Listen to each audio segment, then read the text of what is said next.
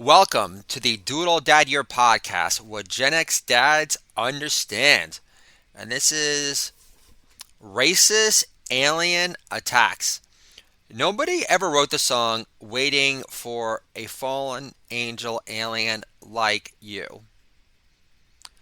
Foreigner lives. Holla! Thank you very much! Tweets a frenzied 10-foot tall alien, RH negative 5000, from a Mars espresso bar with excellent Wi Fi as he looks down on Earth with a mix of surging envy and desperate urgency, knowing if he can't find a virgin Earthling with RH negative blood to get him pregnant by midnight tonight, then his race of fallen angel aliens from Mars will disintegrate into the cosmos as would have been super angel contenders forever. Marlon Brando lives! Holla! Thank you very much! The secret race of fallen angels on Mars aren't allowed to abduct and rape any old earthling into getting them pregnant either, despite Andy Dick's repeated offers on dating sites such as intergalacticbeamsupmyanishole.com. Holla! Thank you very much! Finding a virgin earthling with RH negative blood is hard enough, knowing those creatures are normally emotionally evolved, blessed with superior physical prowess in the sack compared to their medium length earthlings, including such a star studded cast of RH negative royalty, such as Leonardo DiCaprio, Jim Mojo motherfucking Rising Morrison, and Bob Marley for starters. Bob Marley banged out 12 kids, but isn't ganja supposed to drain your life shooter dry? It's fake news, man. RH negative 5,000 tweets in a race against time to save his race of fallen angel aliens from imminent ruin, knowing all the weed in the world won't get Seth Rogen's kid brother to knock up RH negative 5,000, even though he possessed the ability to transform his body into any dream physique that was desired, despite looking like an erect serpent. And guitar god Steve Vai had a baby throughout the majority of his living, breathing hours when he didn't have to change his appearance to get a virgin earthling into sticking their life shooter into his alien procreation hole. Holla! Thank you very much! The other problem for RH negative 5,000 is how only 10% of the Earth population was RH negative. And due to the advent of the internet, dick pic swiping sites, and online porn, virgins have become pickier and more selective than ever. And I don't recall alien porn being a popular hashtag category on YouPorn, nor was Pete Townsend ever caught clicking on soapyalienbottomboys.com in the name of new song opposition research about a pinball wizard who gets probed by a race of white pureblood RH negative aliens for his out of this world old school arcade game prowess, because playing Guitar Hero on the Xbox gets played out fast when you could do mind-blowing Pete Townsend solos from live at Leeds with 5 arms while doing non-stop windmills out of your ass. Who lives? Bob O'Reilly? I kill on the karaoke stage. Holla! Thank you very much! Little did RH negative 5,000 know that one of his followers on Twitter was a 9-year-old girl from Horse Country, North Salem, New York, Matilda Singenrose Cornbluth, who believed in fallen angels, especially since her father was a conspiracy theorist comedian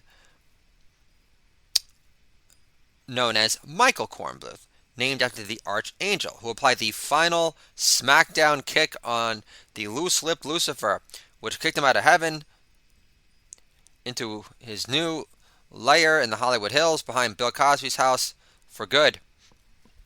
In a related story, I just read that female dragonflies play dead to avoid sexual assault from male ones.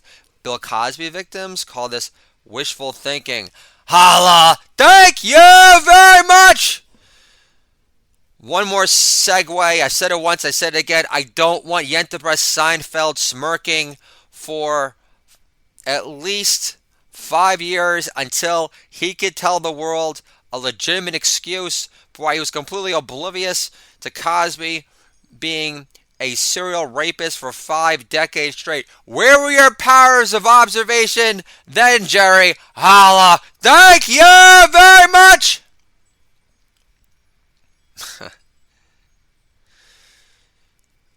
Matilda just got her family tree report from Ancestry.com and confirmed ancestry with Rh negative blood. That being a cousin who lived in Boswell, New Mexico, which is known as the Mecca for UFO landings on Earth, because fallen angel aliens from Mars knew Val Kilmer owned a ranch nearby, which was cool enough for them, knowing he played one of their kind in the Doors with such believable, otherworldly authority. Breaking on through to the other side of Oscarville? No, but it was deserved. Val Kilmer lives! Holla! Thank you very much! Now, Matilda was always intrigued by the Twitter handle RH-5000, especially the profile shot of what looked like an extra scaly greenish guitar god, otherwise known as Steve Vai, after puking his brains out from breaking his month fast with In-N-Out Burgers Animal Style as an attempt to pen a sequel to his masterful magnum opus guitar swan song for the ages, For the Love of God. Stop letting Twitter teach your kids Dr. Seuss is racist. He's not.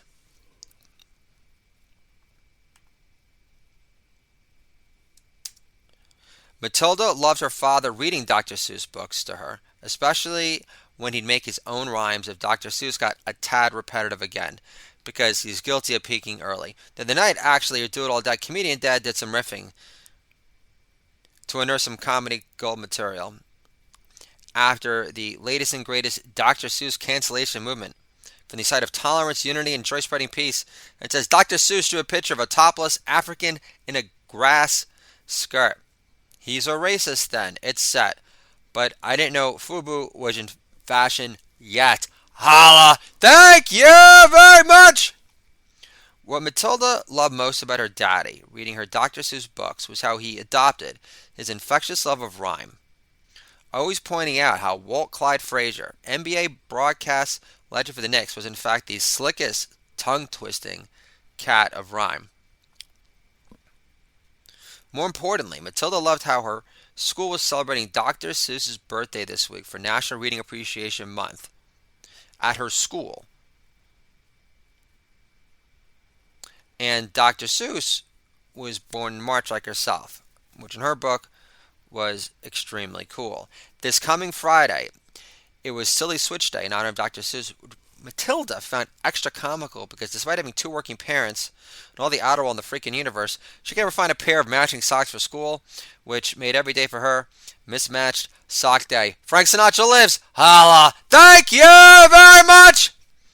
Matilda's comedian father encouraged Matilda to open a Twitter account for her 10th birthday to use as a humongous open mic to test out her poems, because she wanted to become the female Dr. Seuss with a PhD in counseling psychology. Her final paper arguing how time-release Adderall is legalized cocaine in addition to being a gateway drug to weed, in addition to high-octane IPAs to chill at your aggravated, easily avoidable added noise in your mind, man, while also making the argument how a time-release dark chocolate smoothie can help maintain these kids' inner sparky essence while helping increase their powers of concentration, in addition to being much lighter on the heart compared to Big Pharma cranked out Adderall speed. Holla! Thank you very much!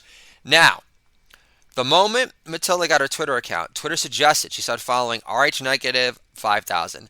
So she did. RH-5000 already on his 5,000th cup of espresso from Mars. Not any clue as to how to audition, let alone recruit virgins with RH- to impregnate him to keep his race of alien fallen angels alive. So in a desperate Hail Mary attempt, sends a direct message to Matilda on Twitter and says, do you have any virgin cousins who are RH- in Roswell, New Mexico, interested in knowing what fallen angel alien love is? White Lion lives! Holla! Thank you very much! Radar love! Holla! Thank you very much!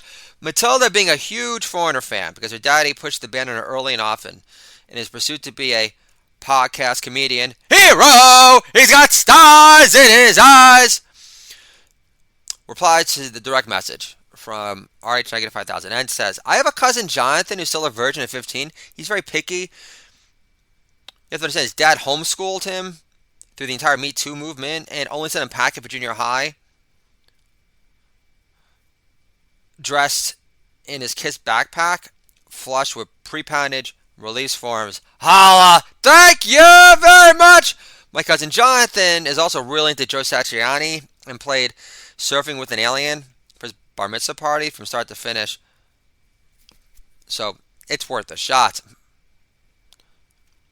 RG 5000 replies, I have to get pregnant with a virgin earthling with RG negative blood, or my fallen angel race will never be given our wings again to swoop down to the Kennedy compound to seduce the next Marilyn Monroe impersonator they hire for another 4th of July annual barbecue retreat.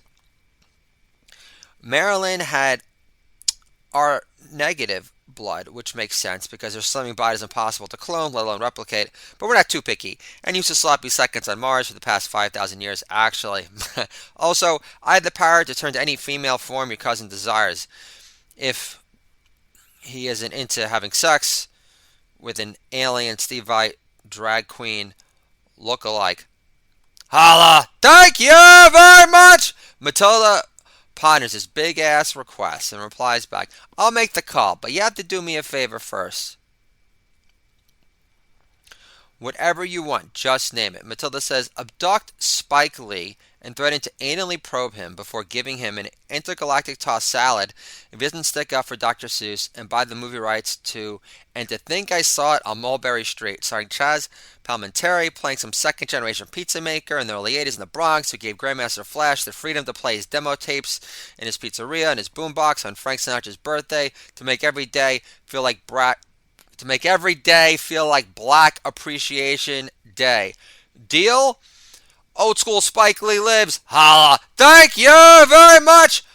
RJ, 5,000 replies. I better morph into Pam Grier from the 70s, snag Richard Pryor's old strap-on from eBay, and tap Bill Cosby's old Quaalude dealer in the hills to make sure Spike Lee loosens up to the idea before he pens the screenplay Racist Alien Attacks Boy instead.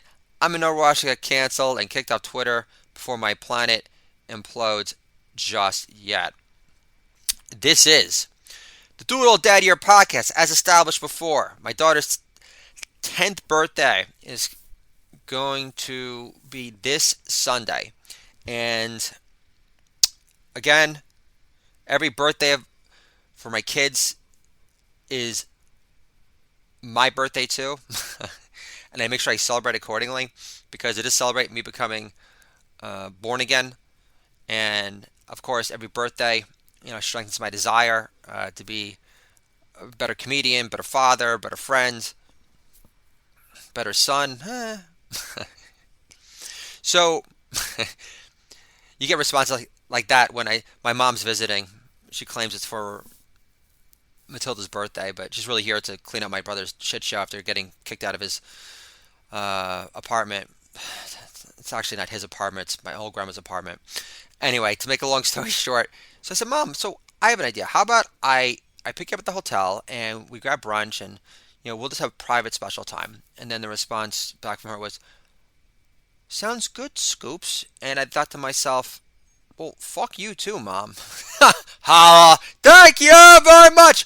I love my mother, and I'm happy that she's here for my daughter, and that my brother can rely on her to clean up his freaking shit show of a life once again. But the point being is that the entire point of evolution is from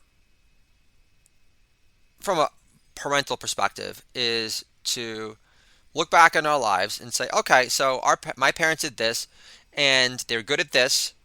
They could have been better at that, and then you make the decision to either, do better, or just repeat what they did, and then lose all sort of exalted moral high ground, and really, at that point, just blame all of your perpetual fucking, failure, fucked upness on you being an unoriginal prick that just decided to do a fucking shitty sequel to their parenting job in the first place. Holla! Thank you very much! So, it's not my daughter's birthday yet, but I just want to say, happy birthday, Matilda, Shoshana, Singing Rose, Female Flash, Striking Beauty, Cornbluth. I remember you being born like it was yesterday. I remember giving you this lengthy, extra wordy speech about the importance about being a New Yorker. You had this full set of hair, and you recognized my voice out of the womb because I'm louder than Busta Rhymes at a midnight showing of Higher Learning, which my daughter liked to point out to me when I used to still watch the Yankees during the playoffs. I think it was 2 years ago, probably three. And I tell Matilda, she's getting ready for school, and I said, "Hey Matilda, the Yankees won." And she says, "I heard, Daddy. Now I know why New York City is the city that never sleeps." Have a wonderful weekend. Shabbat Shalom. And I'll talk to you guys soon.